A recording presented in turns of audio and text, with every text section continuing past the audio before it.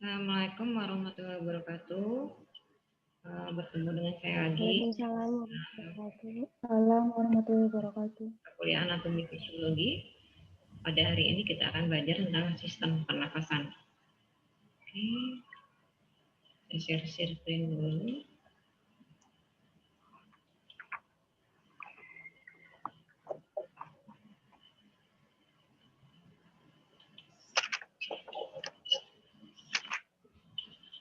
Sudah terlihat? Sudah, Ibu. Oke, kita mulai ya. Anatomi fisiologi pernafasan. Adik-adik tentunya sudah tahu ya sistem pernafasan karena setiap hari kita bernafas. Kemudian waktu SMA, SMP juga kita belajar sistem pernafasan. Oke, next. Nah, sebelum kita belajar fisiologi, tentunya kita akan belajar anatomi dahulu. Anatomi saluran pernafasan adalah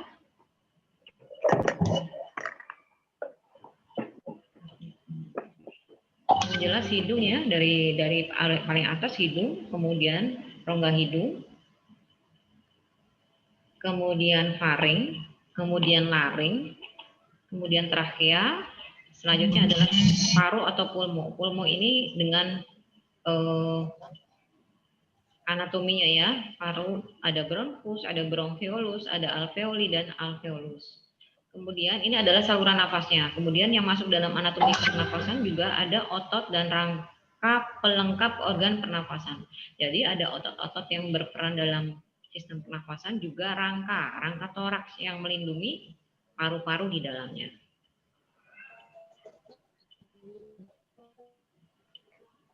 Ini anatomi sistem respirasi atau sistem pernafasan. Dari atas adalah rongga hidung, kemudian ini faring, kemudian di bawahnya laring. Kadang-kadang kita terbolak-balik ya kalau kita tidak memahami anatominya, ada yang laring dulu, ada yang faring dulu. Tetapi di sini yang paling atas adalah faring. Faring baru laring. Laring baru trakea. Cincin-cincin ini ya yang melingkar-melingkar ini adalah namanya trakea. Baru setelah itu paru atau pulmo. Kalau bahasa latinnya pulmo. Pulmo nanti dari trakea akan bercabang menjadi dua, bronkus kanan dan bronkus kiri.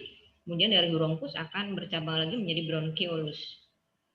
Ya, bronchiolus nanti kemudian ke bawah lagi adalah alveoli, kemudian alveolus. Ini adalah diafragma. Diafragma adalah batas antara rongga perut dengan rongga dada. Dengan adanya diafragma ini maka organ-organ yang di dalam perut ya, di dalam rongga abdomen tidak akan masuk ke dalam rongga dada, juga begitu. Organ-organ yang ada di rongga dada tidak masuk ke dalam organ perut. Karena ini kalau misalnya sampai bolong ini resikonya besar sekali. Kemudian ini adalah gambar alveoli dan alveolus. Kalau satu ini seperti butiran anggur ya. Kalau satu itu namanya adalah alveolus. Tapi kalau bergerombol ini adalah namanya alveoli. Jadi ini adalah alveoli. Kalau cuma satu adalah alveolus. Ini adalah kapiler. Ini kan merah kan arteri ya, arteriola. Kemudian ini kapiler. Ya, jadi kapiler adalah tempat pertukaran oksigen dan karbon dioksida. Jadi dari sini darah yang banyak mengandung oksigen setelah dipakai maka dia akan dibawa ke kapiler, kemudian didistribusikan ke sel. Nah, setelah dipakai darah yang bersih itu kemudian menjadi hasil metabolisme atau menjadi sampah menjadi darah yang mengandung karbon dioksida. Nah, ini akan dialirkan lagi kembali melalui vena. Urutannya seperti itu, sama dengan kardiovaskular. Kemudian saluran nafas itu dibagi menjadi dua, atas dan bawah. Yang atas itu batasnya adalah laring. Mulai trakea ke bawah adalah saluran nafas bagian bawah. Jadi kalau infeksinya sudah masuk ke saluran bagian bawah ini biasanya infeksinya agak lebih berat dibandingkan itu. Kalau infeksi yang di sini kan infeksi virus misalnya seperti flu, itu adalah infeksi saluran nafas atas.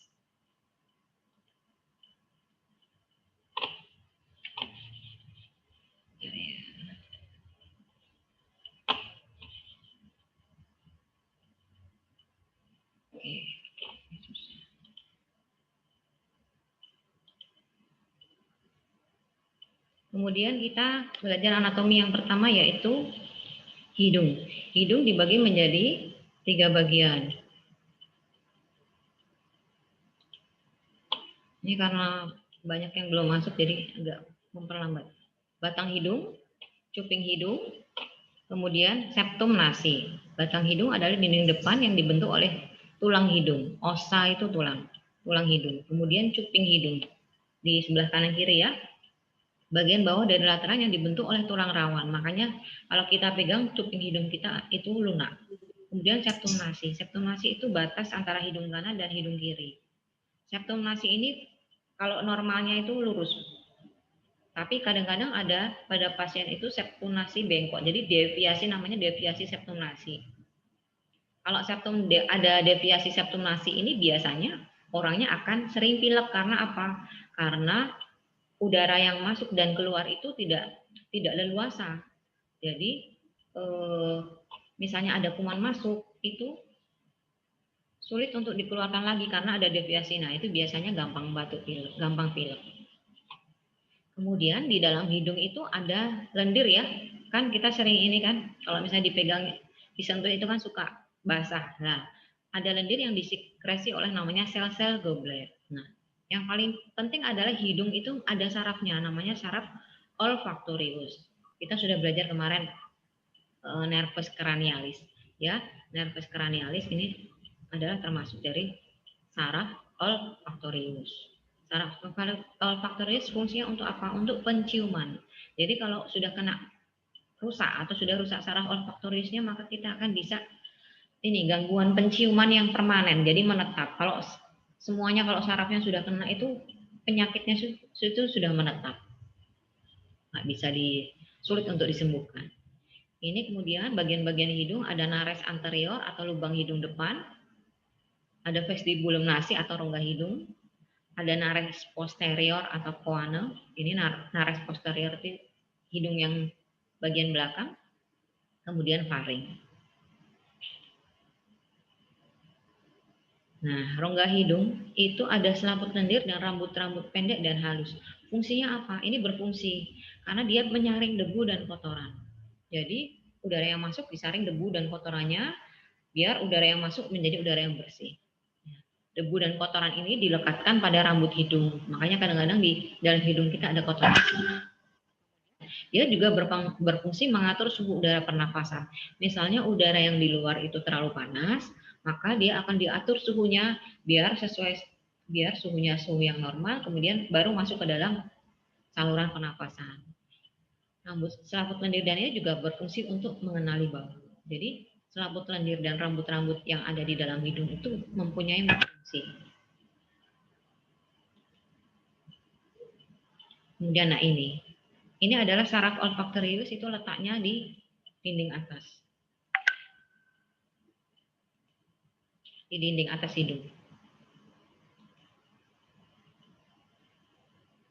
Kemudian selain itu di hidung itu ada namanya sinus. Kita punya 4 pasang sinus, namanya sinus frontalis, sinus maxillaris, sinus ethmoidalis, dan sinus sphenoidalis. Sinus frontalis seperti kita belajar anatomi kepala ya, frontal itu berarti dahi. Jadi sinusnya itu berada di belakang dahi. Kemudian sinus maxillaris sesuai dengan anatominya berarti di belakang tulang pipi atau tulang maxillaris. Kemudian sinus ethmoidalis itu di antara hidung, di antara kedua batang hidung. Masuk lagi ada namanya sinus sphenoidalis itu di belakang mata. Kalau dari depan sinus ethmoidalis dan sinus sphenoidalis itu sepertinya berdekatan. Tapi kalau dari samping beda.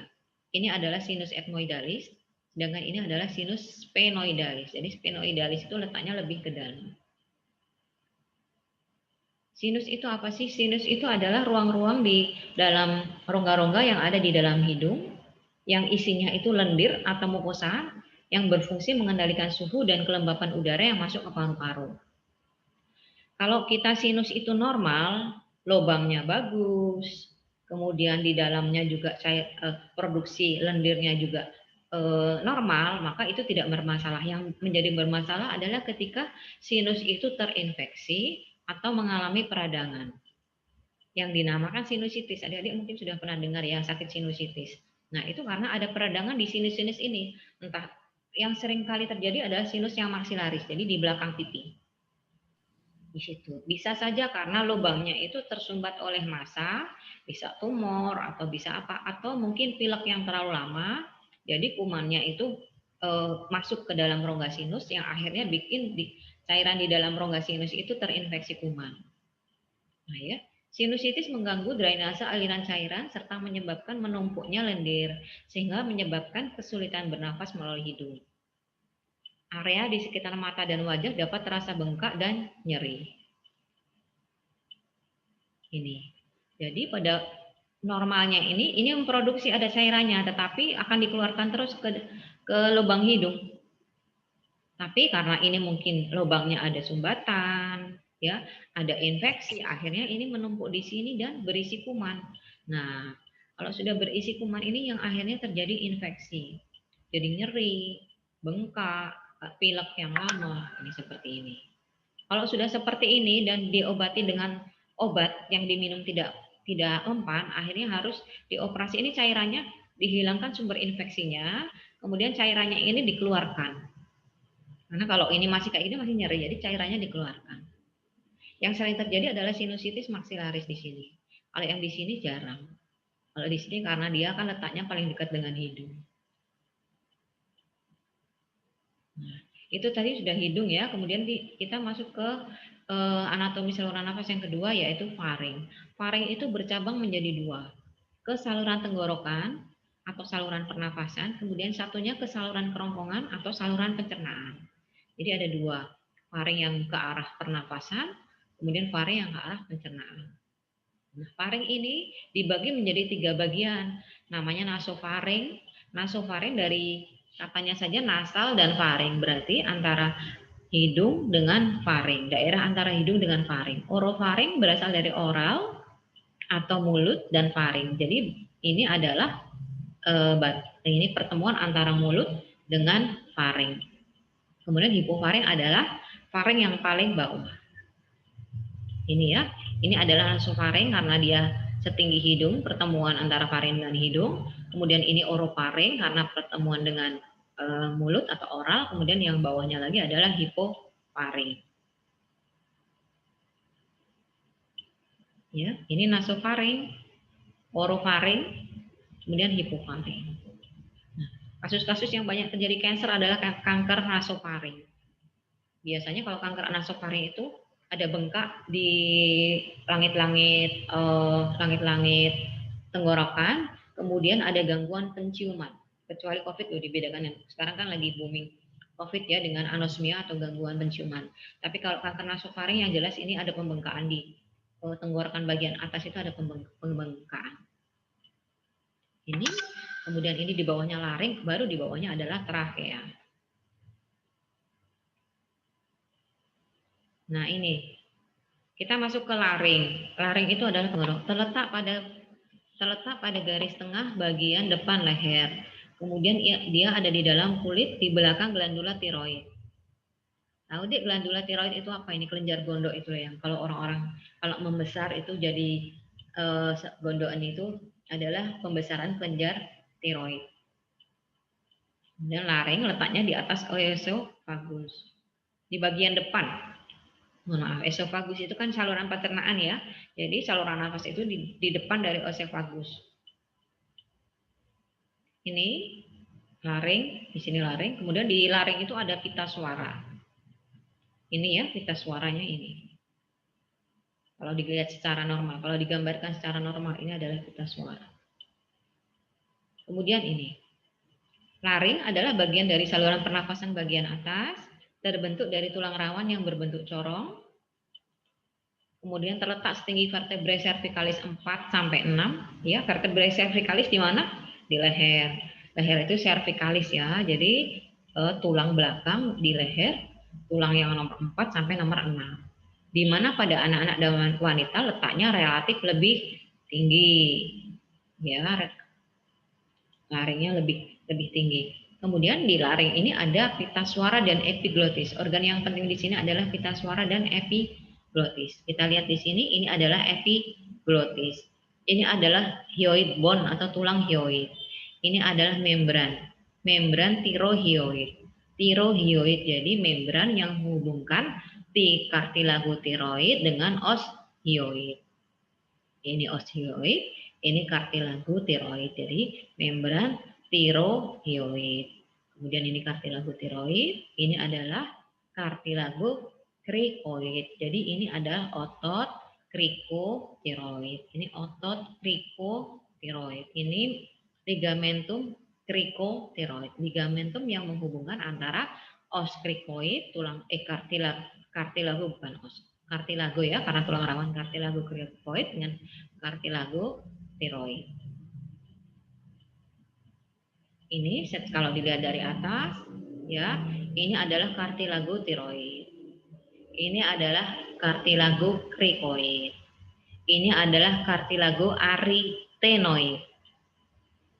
Kartilago laring dibentuk menjadi 3 kartilago tiroid, Adam's apple atau kita biasa kalau laki-laki itu jakun ya. Jakun itu adalah kartilago tiroid. Kemudian kartilago krikoid dan kartilago arytenoid. Yang paling besar adalah kartilago tiroid. Kemudian kita masuk ke epiglotis. Epiglotis ini adalah organ penting di laring. Epiglotis adalah kartilago yang berbentuk daun dan menonjol ke atas di belakang dasar lidah. Karena apa penting? Dia bisa menutup dan membuka. Pada saat apa epiglotis menutup?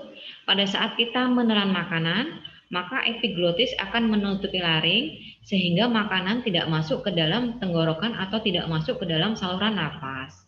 Jadi kalau kita misalnya kita makan sambil ngobrol kok sampai tersedak, biasanya epiglotis ini yang harusnya makanannya masuk ke saluran cerna itu malah mau nyasar ke saluran nafas, jadinya kita tersedak. Tersedak itu tidak sepele, tersedak itu bisa mengakibatkan kematian jika benda asingnya itu sampai nyangkut di saluran nafas. Jadi kalau misalnya kita makan sebaiknya memang tidak dengan bicara, karena bisa menyebabkan ini epiglotis ini tidak menutup dengan sempurna. Kemudian epiglotis, kapan epiglotis membuka? Ketika kita bernafas, sehingga epiglotis membuka, maka udara masuk ke laring, masuk ke tenggorokan, masuk ke saluran nafas. Masih bisa diikuti, Dek? Halo? Masih, Bu. Ini swallowing. Swallowing artinya adalah menelan. Ya. Jadi ketika kita bernafas, maka epiglotis ini membuka. Karena biar udara ini masuk ke saluran nafas. Tetapi ketika kita menelan makanan, maka epiglotis ini menutup biar makanan ini masuk ke saluran cerna, tidak kesasar ke saluran nafas. Nah, ketika makanan sudah tertelan, maka kita kembali lagi bernafas. Ini epiglotis membuka. Ini adalah gerakan yang tidak disadari karena epiglotis itu buka sama nutupnya secara otomatis. Ini adalah pita suara. Ini adalah normal pita suara. Kemudian ini adalah pita suara yang mengalami peradangan. Ya, ini merah. Gejala bengkak itu apa? Gejala peradangan itu apa? Ada bengkak, ada warna merah, ada nyeri. Nah, ini biasanya kalau radang pita suara itu kita suaranya jadi serak. Makanya kalau suara kita serak jangan dipaksa untuk banyak bicara. Kemudian kalau suara kita serak berarti biasanya ada peradangan di pita suara, maka minuman kita pun nggak boleh yang dingin-dingin karena ini menjaga peradangan yang di sini. Nah, dengan adanya saluran nafas, dia juga akan berperan dalam proses terjadinya bunyi bahasa. Produksi bunyi bahasa dipengaruhi oleh 3 faktor. Yang pertama sumber tenaga. Sumber tenaganya apa? Udara. Kemudian alat ucap. Alat ucapnya apa yang termasuk alat ucap? Yaitu mulut, hidung, dan tenggorokan. Kemudian yang dibutuhkan adalah rongga pengubah getaran atau pita suara. Proses terjadinya bunyi bahasa melalui 3 fase. Ada mengalirnya udara, proses fonasi, proses artikulasi, kemudian proses oronasal. Ya, proses pemompaan udara. Jadi intinya adalah ada aliran udara yang mengalir dari dalam paru-paru sampai ke melalui pangkal tenggorok yang ada pita suara. Kemudian proses fonasi. Proses fonasi, jika udara yang keluar dari paru mengalami hambatan, udara akan melewati pita suara menyebabkan pita suara bergetar dan menghasilkan bunyi. Selanjutnya adalah proses artikulasi. Sesudah melewati pita suara, tempat awal terjadinya bunyi bahasa, arus udara diteruskan ke alat-alat ucap tertentu yang terdapat di rongga mulut atau rongga hidung. Tempat bunyi bahasa tertentu akan dihasilkan.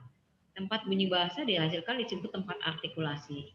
Proses terjadinya disebut proses artikulasi dan alatnya disebut alat artikulasi. Kemudian proses oronasal, oral ya, oral dan nasal. Bunyi keluar melalui rongga mulut atau rongga hidung. Jadi kita bisa mengeluarkan bunyi. Fonasi, apa sih fonasi? Fonasi adalah proses bersuara. Proses di mana pita suara di tenggorokan menghasilkan bunyian dengan atau tanpa suara. Misalnya konsonan H dan K itu dihasilkan tanpa getaran suara. Tapi kalau A, I, U, E, O atau bunyi dengan vokal itu dihasilkan karena adanya getaran pita suara. Nah, itu sudah ya. Kemudian kita selanjutnya adalah trakea. Trakea itu seperti pipa yang panjangnya kurang lebih 10 cm dengan lebar 2,5 cm. Trakea tersusun atas 3 lapisan. Lapisan luarnya adalah jaringan ikat, lapisan tengahnya adalah otot polos dan cincin tulang rawan. Tersusun dari 16 sampai 20 cincin huruf C. Jadi bagian belakang cincin tulang rawannya tidak bersambung. Kalau bersambung kan bentuknya bukan C tapi O. Jadi ini hurufnya C dan menempel pada oesophagus. Ya, ini fungsinya untuk mempertahankan trakea tetap terbuka. Lapisan yang dalam yaitu jaringan epitel silindris selapis bersilia. Biasanya kalau organ-organ yang ada bersilia dia akan menghasilkan lendir. Jadi lendir-lendir ini dihasilkan oleh silia atau rambut-rambut. Kemudian yang fungsinya menangkap debu dan mikroorganisme. Jadi dikeluarkan dengan batu. Jadi kalau misalnya ada mikroorganisme di dalam saluran mikroorganisme atau benda asing atau debu yang ada di dalam saluran nafas, maka tubuh kita akan refleks dengan mengeluarkan benda-benda itu, mengeluarkan benda asing itu dengan refleks batu. Jadi batu itu tidak selalu penyakit karena batu itu bisa sebagai usaha kita mengeluarkan debu, bisa juga sebagai usaha kita mengeluarkan mikroorganisme. Ya, ini sudah ya tadi ya gambar ini ya. Nah, kemudian kita itu tadi trakea. Kemudian kita masuk ke pulmo. Memiliki apex. Apex itu puncak ya. Apex paru meluas ke dalam leher sekitar 2,5 cm di atas klavikula. Jadi yang namanya apex paru adalah bagian atasnya paru. Kemudian permukaan costovertebrae atau permukaan dinding-dinding paru, bagian paru yang menempel pada kosta atau iga, tulang iga, kemudian menempel di belakang atau vertebrae atau tulang belakang. Kemudian permukaan mediastinal menempel pada perikardium dan jantung. Basis-basis adalah dasar. Sudah kita lihat tadi di gambar, basis itu dasarnya terletak pada diafragma. Jadi apex, basis, ya, kemudian permukaan depan, permukaan belakang itu menempelnya di mana kita harus tahu. Yang jelas pulmo ada di dalam rongga toraks. Paru kanan itu dibagi menjadi 3 lobus. Lobus superior, lobus medius, dan lobus inferior. Tapi paru-paru kiri hanya ada 2 lobus, yaitu lobus superior dan inferior. Ya, jadi ini superior, medius, inferior. Kalau kiri nggak ada lobus mediusnya, cuma superior dan inferior. Setiap paru-paru mengandung kurang lebih 150 juta alveoli. Bayangkan deh, gumpalan untayan-untayan anggurnya itu kurang lebih 150 juta. Mempunyai permukaan yang cukup luas untuk tempat pertukaran gas. Ini ya, jadi paru-paru kanan 3 lobus, superior, medius, inferior. Ini superior, medius, inferior. Ini cuma superior dan inferior. Superior dan inferior. Nah, itu tadi lobus ya, bagian-bagian paru. Ada 3 bagian, kemudian 2 bagian. Sekarang kita belajar tentang bungkusnya paru atau selaputnya paru. Sama dengan yang lainnya, selaput paru itu namanya adalah pleura. Jangan lupa bungkus paru adalah namanya pleura. Ada pleura visceralis, ada pleura parietalis. Pleura visceralis, visceral itu artinya adalah organ. Jadi kalau pleura visceralis dilihat dari bahasanya berarti dia membungkus organ itu sendiri. Berarti pleura yang menempel langsung ke paru-paru. Ini kurang paru-paru. Tapi kalau pleura parietalis berarti dia bungkus paru, selaput paru yang menempel dengan organ-organ yang di sekelilingnya. Ya, pleura yang menempel pada dinding rongga dada dalam. Di antara pleura visceralis dan di antara pleura visceralis dan pleura parietal itu ada cairan pleura. Apa cairan pleura? Cairan pleura itu adalah cairan pelumas paru-paru. Terdapat di antara ini ya, visceral dan parietal.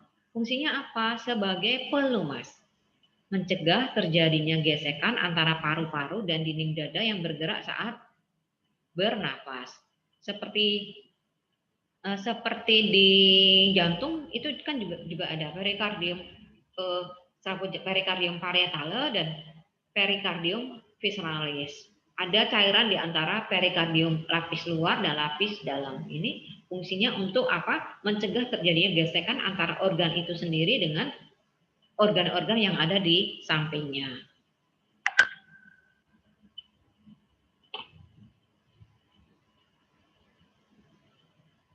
Nanti kalau misalnya kita out, adik-adik masuk lagi ya.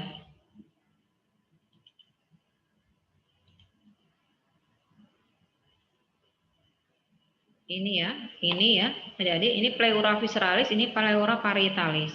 Ini ada cairan pleura. Jadi paru-paru biar bisa mengembang, mengempis dengan baik, dia membutuhkan cairan pleura.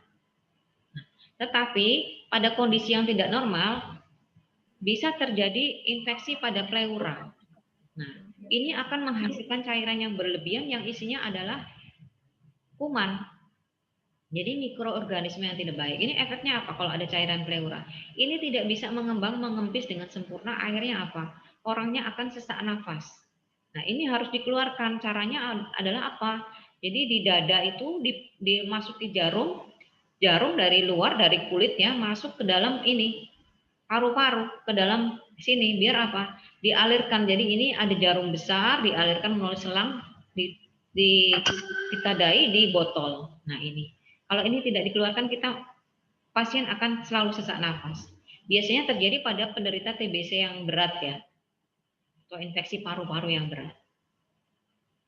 Nih, bronkus kanan dan bronkus kiri. Bronkus akan bercabang menjadi bronkiolus. Ya, bronkus. Ini bronkus akan bercabang menjadi kecil-kecil ini bronkiolus. Bronkus kanan 3 bronkiolus, bronkus kiri 2 bronkiolus. Nah, bagian terakhir saluran nafas ada alveolus ya. Jadi satu itu namanya alveolus, tapi kalau gabungan dari beberapa alveolus akan membentuk alveoli. Ini kota kuncinya adalah ini, bahwa di alveolus ini terjadi pertukaran O2 dan CO2. Sekitar 300 juta alveoli di kedua paru dengan diameter masing-masing rata-rata 0,2 mm. Nih. Lanjut saja. Kemudian kita bicara tentang rongga dada atau rangka yang melindungi paru-paru. Rongga dada diperkuat oleh tulang-tulang yang membentuk rangka dada. Ada costa atau iga, ada sternum, ada vertebrae di belakang, di bagian belakang. Kalau ini rongga torak, maka vertebrenya adalah vertebrae torakal. Jadi ini sternum, ini costa, kemudian vertebrae yang di belakang atau tulang belakang ini adalah setinggi toraks. Kemudian ini otot-otot yang berperan di dalam inspirasi atau menarik nafas, otot-otot yang berperan pada ekspirasi atau mengeluarkan nafas. Ya, ini otot-ototnya bisa ada baca sendiri: sternocleidomastoideus, external intercostal, parasternal intercostal. Kemudian ini diafragma ya. Kalau ekspirasi internal intercostal, eksternal abdominal, internal abdominal, transversus, rectus abdominis. Ini adalah otot perut yang membantu. Abdominis itu kan perut. Nah, Ini adalah otot ekspirasi utama, ya. Kemudian ini adalah otot inspirasi tambahan. Ini, kemudian ini adalah otot untuk ekspirasi atau mengembuskan nafas. Nanti adik-adik bisa baca ya di sini ya anatominya. Nah, sekarang kita belajar selanjutnya adalah fisiologi respirasi. Apa sih respirasi itu? Apa sih proses bernafas itu? Adalah proses memasukkan oksigen ke dalam tubuh dan mengeluarkan karbon dioksida dari tubuh melalui suatu mekanisme pernafasan. Jadi kita menghirup udara itu mengandung oksigen, kemudian karbon dioksida dari sisa metabolisme sel itu kita keluarkan. Jadi oksigen, kemudian kita mengeluarkan karbon dioksida, itu adalah bernafas. Ya, cepat lambatnya pernafasan atau frekuensi pernafasan ditentukan oleh banyak faktor. Ada umur ya, kalau bayi maka frekuensi cepat lambat frekuensi nafasnya akan lebih tinggi, lebih sering bernafas. Jenis kelamin laki-laki itu volume. Jadi volume itu ini ya, besaran ini ya, isi ya, itu laki-laki lebih banyak, tapi secara frekuensi wanita lebih banyak. Suhu tubuh kalau panas maka frekuensinya lebih tinggi. Posisi tubuh kalau berdiri daripada duduk maka berdiri akan lebih tinggi. Kalau olahraga, apalagi olahraga, maka volume udara juga lebih tinggi, frekuensi nafasnya juga akan lebih tinggi. Lingkungan, misalnya dataran tinggi, oksigennya rendah. Contohnya ketika kita mendaki gunung, pegunungan di puncak gunung itu kadar oksigennya rendah. Nah, karena kadar oksigennya rendah, maka kita berusaha untuk lebih sering bernafas untuk lebih banyak mengambil oksigen untuk dimasukkan ke dalam saluran nafas. Makanya kadang-kadang kalau di pegunungan itu banyak orang yang hipoksia, ya pingsan karena kekurangan oksigen, ya karena di gunung itu kadar oksigennya rendah, kemudian kemampuan dia untuk mengambil oksigennya rendah, akhirnya nah itu jadinya dia hipoksia kemudian pingsan. Nah, mekanisme respirasi itu terjadi saat sadar dan tidak sadar. Prosesnya adalah inspirasi dan ekspirasi. Kemudian berdasarkan cara melakukan inspirasi dan ekspirasi dan tempat terjadinya itu ada pernafasan dada dan pernafasan perut. Bedanya apa? Pernafasan dada. Jadi otot antar tulang rusuk berkontraksi. Jadi otot-otot iga ini berkontraksi, tulang rusuk terangkat ke atas, rongga dada membesar yang mengakibatkan tekanan udara dalam dada kecil sehingga udara masuk ke dalam tubuh. Pernafasan dada otomatis menggerakkan otot dada, menggerakkan iga-iga di dada. Kalau pernafasan perut, otot diafragma yang berkontraksi.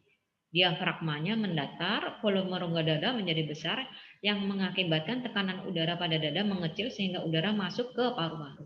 Jadi ada pernafasan dada ya, kalau menyanyi ya, menyanyi pakai pernafasan dada, pakai pernafasan perut. Kalau pernafasan perut yang berperan adalah otot diafragma, kalau pernafasan dada yang berperan adalah otot rusta atau otot-otot tulang rusuk. Ini ya, inspirasi dan ini ekspirasi. Inspirasi berarti apa? Kita mengambil nafas, menghirup nafas. Maka yang terjadi adalah paru-paru mengembang. Diafragma menjadi melebar atau sejajar. Kemudian tulang rusuknya akan terangkat ke atas karena kita praktekkan aja untuk menghafal. Kalau kita tarik nafas maka tulang rusuk kita akan terangkat ke atas. Tapi kalau kita mengeluarkan nafas maka tulang rusuk kita akan turun ke bawah, kemudian diafragmanya akan kecekung, kemudian paru-paru akan mengempis. Caranya menghafal begitu ya, jadi kita praktekkan. Kalau menghirup nafas tulang rusuknya bagaimana? Oh, dia terangkat ke atas. Kalau kita mengeluarkan nafas, mengembuskan nafas, maka tulang rusuknya akan turun ke bawah. Ini ya, ini inspirasi, ini ekspirasi, ini mendatar, ini cekung. Ini tulang rusuknya terangkat ke atas, ini tulang rusuknya terangkat ke bawah, ini mengembang, ini mengempis. Ini sama ya? Sama? Nah, proses itu tadi pernafasan berdasar. Proses respirasi itu ada dua ya. Bisa ya. Proses respirasi itu ada ventilasi dan difusi. Apa sih ventilasi? Ventilasi yaitu udara bergerak masuk dan keluar dari paru-paru karena selisih tekanan. Nah, kalau difusi Difusi itu adalah gas-gas melintasi membran antara alveolus dan kapiler, di mana gerakan difusi itu yaitu gerakan molekul secara bebas melalui membran sel dari konsentrasi tinggi ke konsentrasi yang lebih rendah. Jadi ada proses ventilasi, ada pertukaran gasnya secara difusi dari konsentrasi tinggi ke konsentrasi yang rendah. Kemudian respirasi dapat dibedakan atas dua jenis, respirasi luar dan respirasi dalam. Respirasi luar itu pertukaran O2 dan CO2 antara udara dan darah. Kalau respirasi dalam, O2 dan CO2 antara darah dengan sel-sel tubuh. Ya, ini antara darah dan udara dengan udara luar. Respirasi dalam itu antara oksigen dan karbon dioksida dari darah ke sel-sel tubuh. Ini ya, respirasi luar atau pernafasan eksternal. Di dalam paru-paru, jadi pertukaran gas oksigen dan karbon dioksida antara udara dan darah. Ini artinya gini, kan darah kotor kan masuk kembali ke jantung ya, ke jantung kanan, ke atrium kanan, kemudian ke ventrikel kanan, kemudian masuk ke paru-paru. Nah, karbon dioksida yang ada di paru-paru ini akan diganti dengan oksigen, ya. Karbon dioksidanya dikeluar akan diganti dengan oksigen yang kita hirup.